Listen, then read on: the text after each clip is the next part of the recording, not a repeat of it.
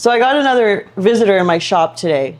It's Louis. Louis is a multifaceted entrepreneur. He just put on an incredible conference that I was so privileged to be a part of, not only as a speaker, but as a guest and attendant. It was amazing, and I can't wait for the next one. I wanted to get Louis here today because this guy's got a lot of good answers. I heard him speak. I need to dig in a little bit more of what he's got to say, and this is how business unwinds. Louis, when Yes. I bring people to my office and I ask them questions, it's necessary for them to be in a massage chair. And the reason why is because I believe so deeply in self-care. And I truly believe that when you're in a relaxed state, in your best caring self state, you're gonna speak from the heart. And I know you always do speak from the heart, and I've heard you speak from the heart, but I want to hear a little bit more. I'm gonna dig a little bit deeper today. Are you okay with that? Uh-oh. Yeah, let's do it. While this massage chair is digging deep, Yeah. I'm gonna dig deep too. So the first thing I want to ask you is, okay, so we've both been in business for a long time, and maybe you could just share a little bit with the audience here, whoever's listening, about what exactly your business is and what kind of you're putting out into the world. Thank you for having me, Diana. This is absolutely wonderful. A little bit different. A little different, but I love it. Listen, I've, the bread and butter is construction, and I've been in the construction industry for well over 23 years now. I started at a very young age, and I've experienced a lot over, just over 2 decades now. And I enjoy it. And it hasn't been until the last, I want to say 3 to 5 years, that I really started focusing on a lot of mindfulness, mindset, self-care, which you're a queen of. That is so important to me because it really lent itself to me being able to expedite a lot of growth in business in the construction industry, and as well as real estate that I've been investing in for about 13, 14 years now. So a lot of different types of construction, and now focusing on more industrial endeavors, which I'm really in tune with.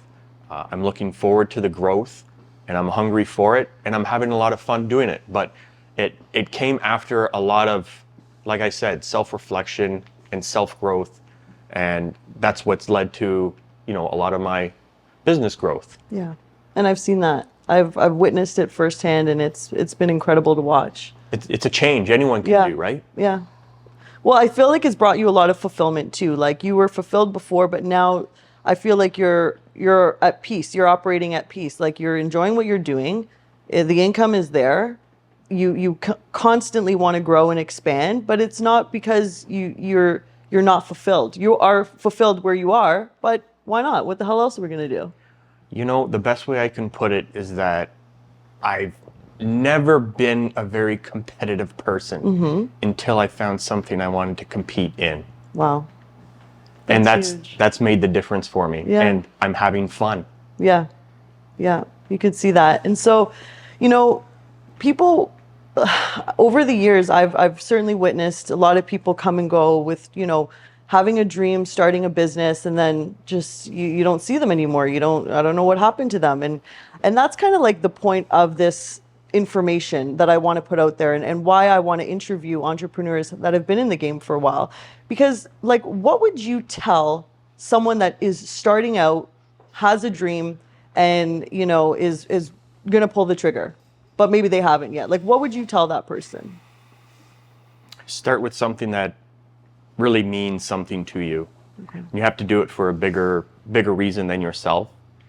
You can definitely start things and stop them because you're trying, and you have to really go through, most of us, I think, have to go through a lot to get to that thing that really makes you shine and makes you happy, produces an income for yourself and family or whatever dependents you have around you. So for me, I never realized how important it was, but when I started this particular construction firm in 2013, I tied it to the goal of being able to work with my brothers in the future. And the name of the company includes JDL, which is our 3 initials. Yeah. And, like I said, I didn't realize how important it was then. I did it because I thought it was more cute than anything. Yeah. And sensible, 3 initials, 3 brothers, Yeah. sure. But now that it's actually happening and coming to fruition with us making plans to work together, you know, currently and more so in the future, it's fantastic and it keeps me going. It's, I think, a wonderful thing. And it's one of the reasons why I'm, you know, becoming more competitive in the space is because I have good people around me and people I care about. So that's what I would say is make it about something bigger than yourself, something that really pulls you towards the future that you want to build for yourself and your family and your legacy. That is so important. I love that you said that. Like, because even though like I think I've implemented that in my life, I never really thought about it that way. That it's because of something bigger than my own dreams and what I want, and that's huge. I actually heard something the other day that really has shaped my brain of like thinking, you know, just like relieving myself of all pressure. And, you know, anytime I'm nervous about anything, like I think of this one thing that I heard on a Ed Milet podcast where he said, if you're feeling pressure and you're nervous about something, that's your ego. That's your ego. Because you're thinking about how am I going to look? How am I going to, you know, come across? When really you should be thinking about what am I doing for someone else? How am I serving anyone by what I'm doing? Sure. And I think that just like ties into what you're saying is because, yeah, it's like, yeah, you have a business. Yeah, you have a dream. You want the income. You want all the things. But why? And who is it? Who's the what is the big picture here of who you're impacting? And I just love that about you and your brothers because, you know, I have 3 sons and I'm like, you guys better do this too. It's so beautiful. It makes me cry. It's so awesome. It's important though, isn't it? And we don't talk about it enough or hear about the fact that sure we're here and we're doing things for ourselves because we need to, but ultimately I think we're really working for the generations after us. Yeah, totally. I love that so much. So I know, like, you know, we always talk about the positive stuff and all the things, but do you think you could share a time where you've felt like throwing in the towel and quitting? Do you have any of those times?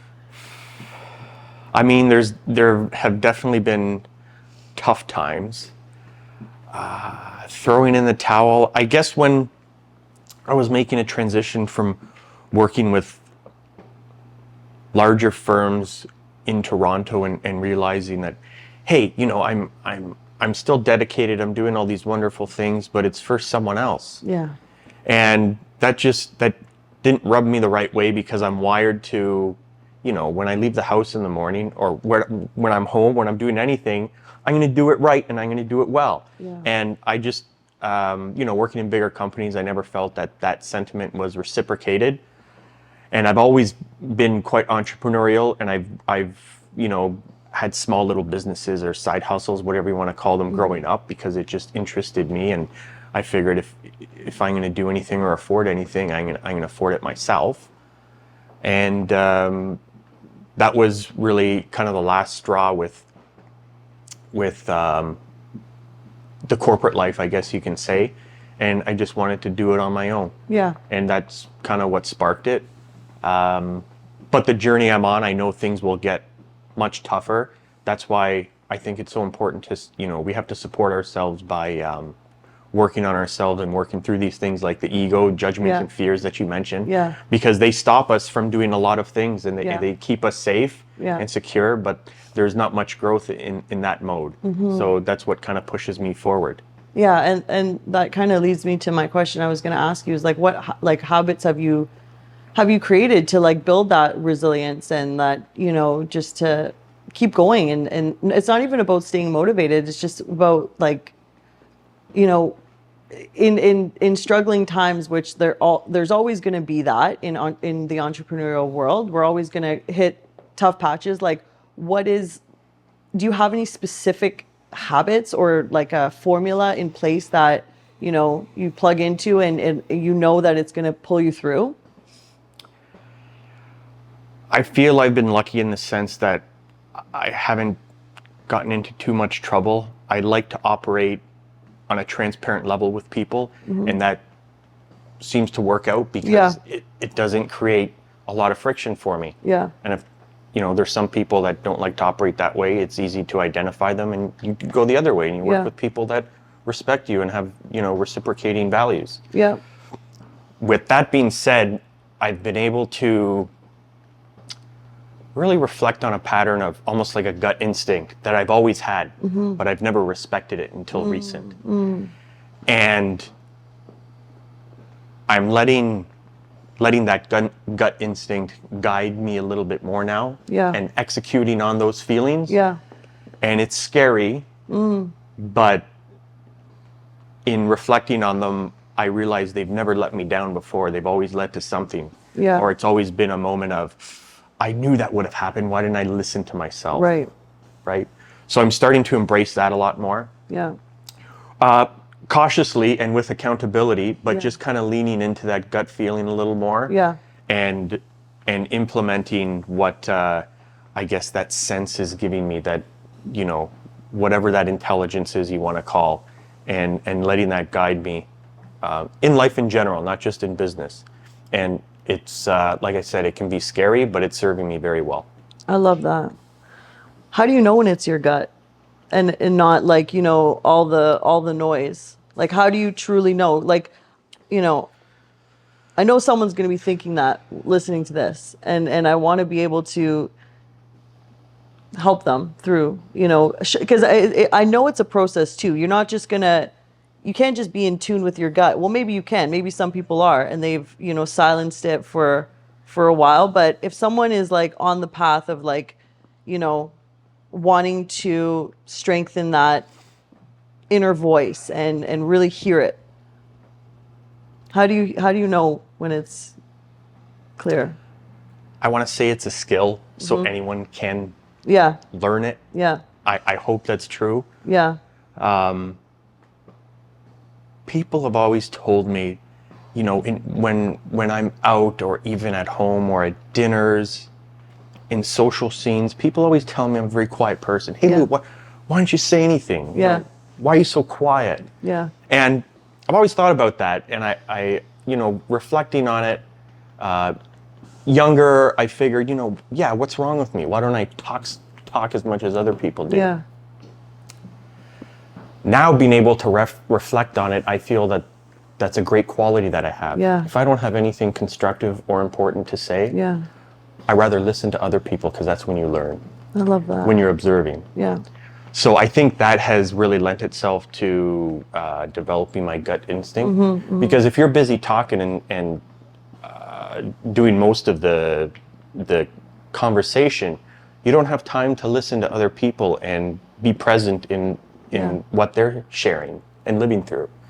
So I would say listen more, find time to reflect on your own as well without distraction as much as possible, or at least make some type of time on a weekly basis, which can be difficult, with family and work and business and everything going on. But taking time for yourself is so important. Yeah. And being able to reflect on things and keeping a calm mindset and understanding that when it comes down to it, there's really not much that is of great concern in our lives other than, our health and our family. Everything else is pretty materialistic when you think about it. Yeah. So I'd say grounding yourself and just listening to your body, right? But I believe it's a skill everyone can develop with those few kind of habits or items I've mentioned. That That's a great roadmap for sure of how to do that. I think so. That's really good. That's awesome. Thanks for sharing that. No problem. So how are you feeling over there with this chair? Good. Yeah? This chair's doing the trick. What did you select? You select I believe I have the wake up. Oh, okay. Okay, yeah. Is that a mode? That's a good mode. So I'm waking up anyways.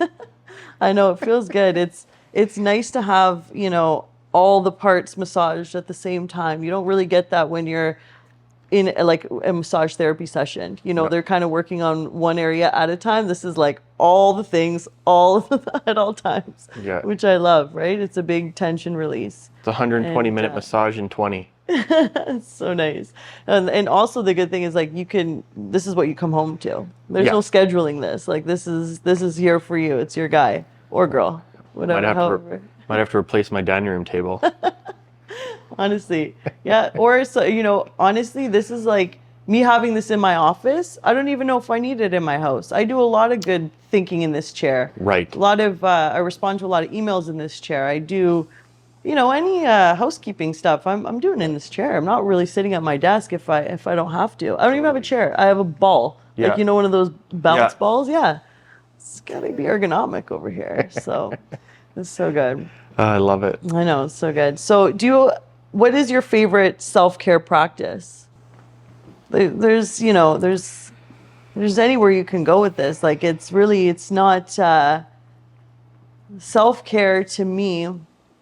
People look at like me specifically in self-care is like, the beauty tools and the skincare and all the things, but really it's like the time for yourself. Yeah. Like what is your ideal day? If you could just be like, okay, Louis needs a reset day. What is he doing on that day? Oof, a reset day. There are a couple things that I've implemented lately. May not be necessarily within a day, but I'm going to share them.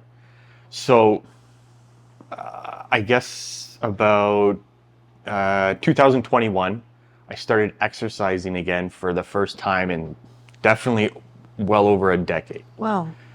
And I started hitting the gym again with the goal and intention of getting back into shape of like an NHL athlete. Okay. That was what I wrote down on my goals for the end of 2021.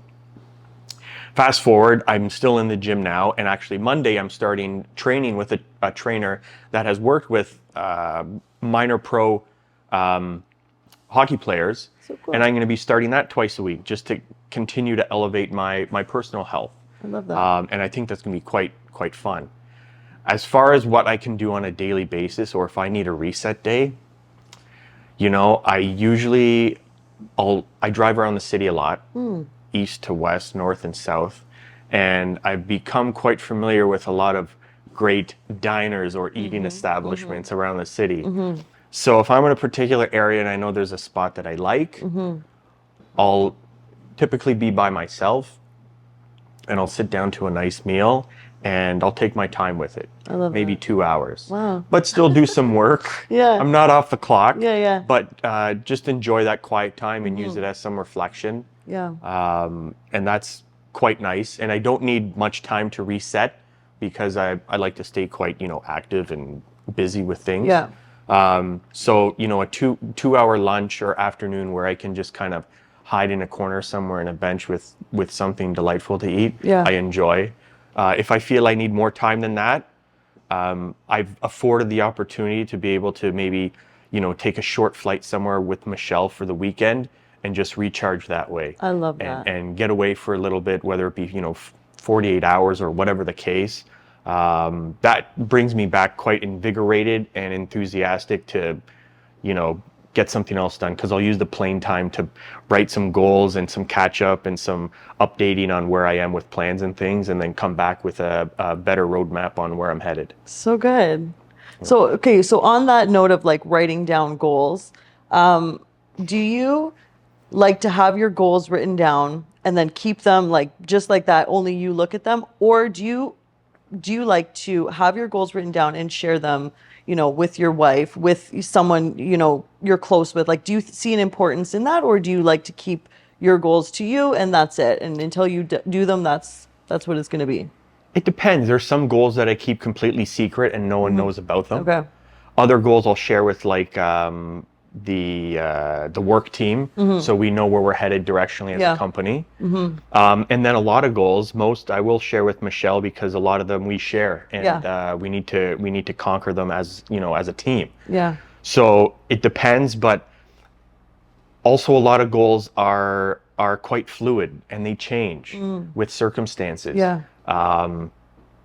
Some goals slow down, some goals speed up. Yeah. It just kind of depends on what it is and what silo it's in, so to speak. Yeah. But always maintaining some type of momentum in those areas to make sure you never slow down. Yeah.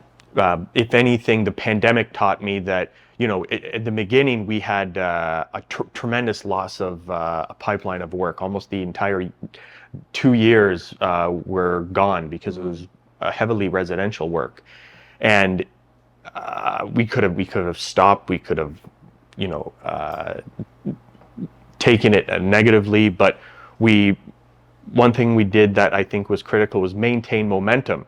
And months after that initial shock that we all felt, things started picking up exponentially, and they haven't slowed down now either. So I think maintaining momentum out of whatever you're doing is huge, critical.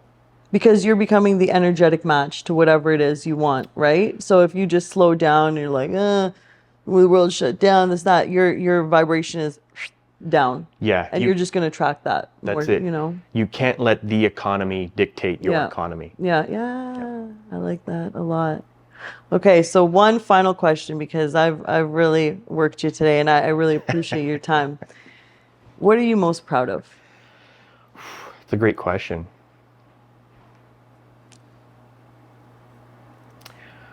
I don't know. Immediately I think of my circumstances growing up and the people I've had surrounding me, both good and bad too. Circumstances shouldn't be all favorable, because you don't build much character that way. So between, whatever type of issues or problems I've faced, they've only made me stronger. And I've come to embrace that and realize if we're going to do anything in life, choosing the road less traveled, I think, not only builds character, but it's so much more exciting for the time we're here. Respectfully, right? And with accountability, no doubt, because there's, people around us that we have to consider, and responsibilities we must serve. But most proud of my circumstances, and I wouldn't change much if I had the choice, because I'm quite happy with who I am. You should be very proud of that. That's wonderful. Thank you so much for your time. Thanks, Diana. I'm taking this chair with me, by the way. There you go. Let's pack it up. 1-day shipping. Well, I feel good. I feel relaxed. I feel like I feel motivated. I love when I get to ask entrepreneurs questions, because it's part of the expansion. Like, I've been in the game for 13 years. Like, every day I'm learning more and more and more. And that's the point of these episodes. So I hope you enjoyed this one. Stay tuned for the next.